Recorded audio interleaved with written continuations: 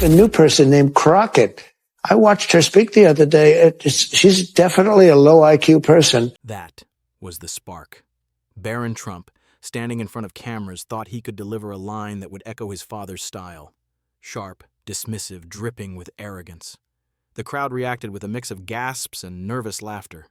It was a moment no one had expected. The son of Donald Trump stepping into the arena, taking a shot at Jasmine Crockett as though mocking her credentials and intelligence would be enough to silence her. For a split second, the air thickened, reporters scribbled, flashes went off, and the world tilted toward scandal. But what Barron didn't realize was that this opening move would not make him the dominant voice. It would set him up for the kind of instant humiliation that no Trump could easily walk away from. What can you tell us about Barron from your point of view? Well, he's very smart. He's a good student and all that. He goes to a great school and does really well. And he's a very nice guy. You see that. Mm-hmm. He's a very he doesn't mind being alone, but he's somebody that gets along with people. That had been the narrative until now. Barron Trump, the quiet son, the one portrayed as the innocent figure in a political dynasty surrounded by constant turmoil. For years, media painted him as distant from the chaos, someone carefully shielded from the public eye. But the moment he opened his mouth against Jasmine Crockett, the image of a reserved young man collapsed into something entirely different. This wasn't a private conversation. It happened in front of cameras during a heated public exchange where figures from across the spectrum were gathered. Donald Trump himself looked on, half proud, half surprised, as if recognizing that his son had absorbed the family instinct for combat. But unlike Donald, Barron was stepping into uncharted waters. He wasn't just throwing a jab at an opponent. He was igniting a confrontation with one of the most relentless voices in Congress. Jasmine Crockett had been underestimated before, especially by those who thought mocking her would somehow diminish her. Barron, echoing his father's tone, had no idea he was about to walk into a storm. They are. But the reality is that we need to start speaking more truth if we are really going to get to the real power. And if we don't recognize the full history, then we are doomed to repeat it. And frankly, this is a guy that is trying to do everything. Jasmine Crockett didn't hesitate. The insult hadn't even finished echoing in the room before her response cut straight through the noise. Her voice was calm, but every word was sharpened like a blade. She turned directly toward Barron, locking him in the kind of gaze that made clear she wasn't speaking just to defend herself. She was about to redefine the entire exchange. "You call me low IQ?" she snapped. "Tell me, Barron, what legacy are you standing on right now? Because it's not your achievements. It's the shadow of your father's scandals, his impeachments, his felonies, and the circus of arrogance that you just tried to inherit in front of this audience." The audience erupted, half in shock, half in applause. The cameras zoomed in, anchors already whispering that Crockett's comeback was stronger than anything they had predicted. Barron's smirk faltered for the first time. He tried to force a laugh, but it rang hollow, brittle, like a teenager pretending to hold ground on a battlefield meant for generals. She became a career prosecutor while he became a career criminal. With 34 felonies, 2 impeachments, and 1 porn star to prove it. Her words hit harder than any prepared attack. Crockett knew exactly where to strike, and she chose the softest part of the Trump armor, the truth. Barron's attempt at ridicule suddenly looked fragile, even childish, against the barrage of documented failures his family carried. The crowd felt the shift instantly. It wasn't Barron mocking anymore. It was Barron being mocked by reality itself. I'll tell you what, CNN should be ashamed of itself having you working for them. You are a rude, terrible person. You shouldn't be working for CNN.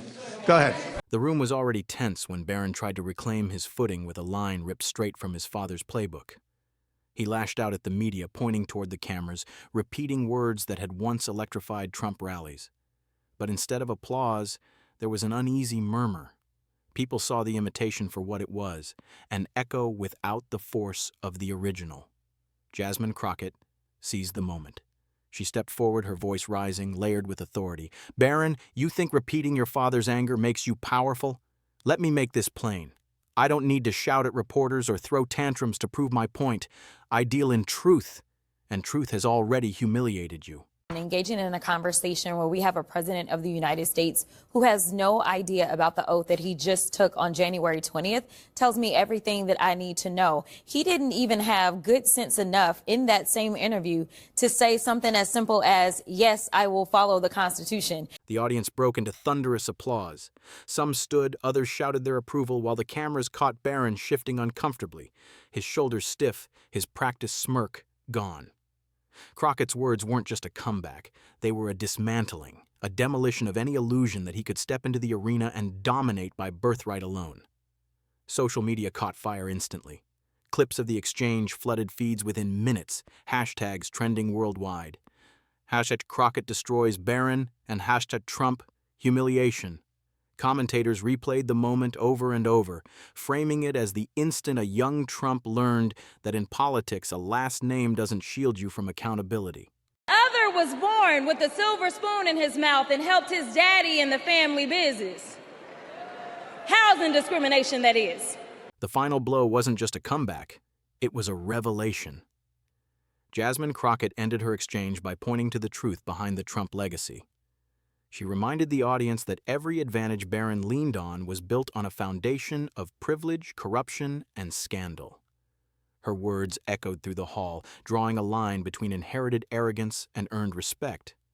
Barron, for the first time, had no reply. He shifted, glanced toward his father and then toward the cameras, but the silence spoke louder than anything he could muster. The mockery that had begun the night was now entirely inverted. The boy who thought he could humiliate a congresswoman in seconds had become the symbol of instant humiliation himself. Stops right here and stops right now. Crockett ended with a thunderclap, her voice cutting across the room as she declared that this was the moment when the cycle of Trump arrogance met resistance. Applause thundered, chants rose from the crowd, and Barron stood frozen in the spotlight, unable to escape the humiliation playing out in real time. News anchors replayed the exchange endlessly. Commentators described it as the instant when Jasmine Crockett didn't just defend herself, she defined herself as a force no Trump, young or old, could silence. Memes flooded the internet, and opinion writers framed it as the symbolic end of the myth that the Trump name alone could dominate every stage. And the message left behind was clear. In a world where power is often borrowed, inherited, or claimed without merit, true strength still comes from courage, truth, and the ability to face arrogance head-on. Crockett's words became that strength. Barron's silence became the reminder that not every name guarantees victory.